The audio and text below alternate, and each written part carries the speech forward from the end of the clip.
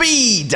So, in my opinion, it's essential for all guitarists to have spent at least some time working on their speed chops. Of course, it goes without saying that playing fast isn't everything, but as an accomplished guitarist, it's important that you have as big a palette as possible to draw from. In the same way that listening to lots of fast playing tires your ear out and gets a bit exhausting, you know, listening to lots of slow, emotional blues playing also tires your ear out too. So, you know, variety is the spice of life, so why limit yourself? A big part of interesting guitar playing is varied dynamics. So like mixing up quiet playing with loud playing, and mixing up fast playing with slow playing. Anyway, so when it comes to guitarists building speed, people often run into two very common issues. One is experiencing extraneous amounts of discomfort and tension arising from your picking hand. And two is hitting speed plateaus, which are seemingly impossible to get over. If those two issues that I mentioned sound a little bit familiar, then you're in luck, my friend, because this cool little exercise that I've put together should help you conquer both of those issues. And it goes a little something like this.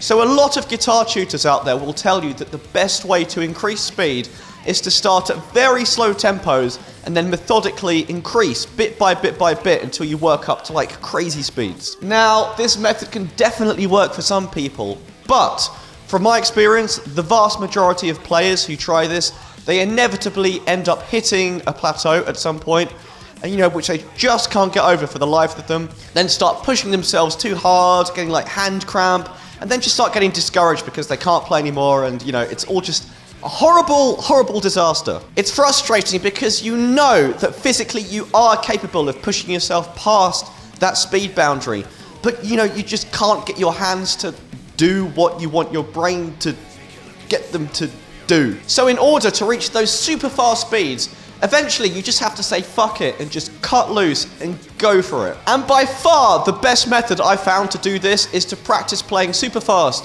in very short, sharp bursts. If you constantly practice much beyond your comfort speed, then you're just going to get tired and you're going to start getting all sorts of discomfort in your picking hand. So, you know, don't do that. But if you practice playing fast in short, sharp bursts, then you start gradually training your hands how to move at these fast speeds without doing yourself any injuries and without tiring yourself out. And this exercise does exactly that. What we're doing is simply moving around standard diatonic scale shapes while using the same repeating picking pattern, which is designed to get your hands comfortable with playing far beyond your comfort speed. Okay, so here's the full exercise broken down super slowly, okay?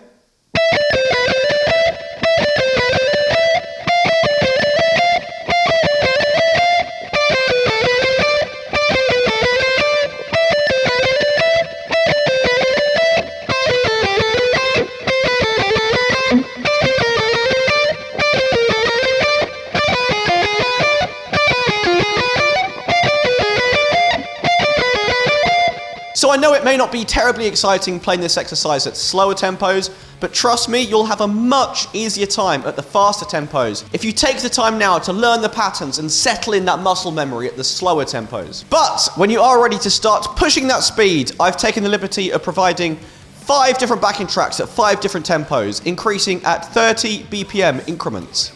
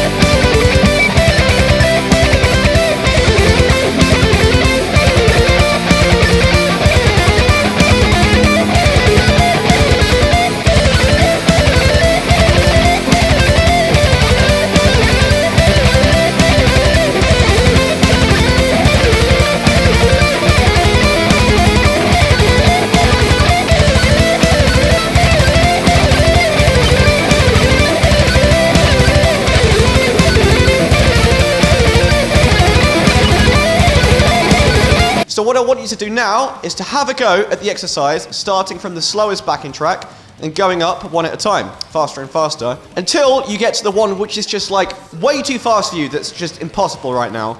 And then go back to the one before it, and then that's the one that you're going to start working on. So for example, if you get to the one that's at 190 BPM and you find that's just like completely undoable right now, then go back to the one before it at 160 BPM, and that's the one that you're going to start working on. One thing to note, by the way, which might sound a bit weird, but when you start working on your exercise at your chosen tempo, don't worry if your playing is pretty sloppy, because that's entirely the point right now. But the idea is, as you practice this more and more, and your endurance grows, and your muscle memory grows, then it'll organically become cleaner and cleaner over time, until all of the sloppiness is eliminated completely. So if you imagine this as your comfort zone, right? You want to be training your speed like here, let's say 20% above it. But obviously if it's way too fast for you and like it's so sloppy you can't hear any of the notes at all, then yeah, that's too much and you should backtrack to the previous one. And above all else, I know it'll be tempting, but please resist the urge to start tensing your hand up when you push speeds. A little bit of discomfort is perfectly expected when you start pushing an unfamiliar speed, but the aim of the game here is to try and stay as relaxed as possible, okay? You want to be conditioning your brain to associate fast playing with being relaxed and not being all like tense and Good luck, guys, and as usual, please don't hesitate to ask me if you have any questions about the lesson. See you next time. To get tabs, backing tracks, and a lesson for this video, as well as a sick selection of super fun guitar workouts, courses, ebooks, then click the link in the description below to visit Bradley Hall's Guitar School and sign up today for free. Cheers, guys, and happy shredding.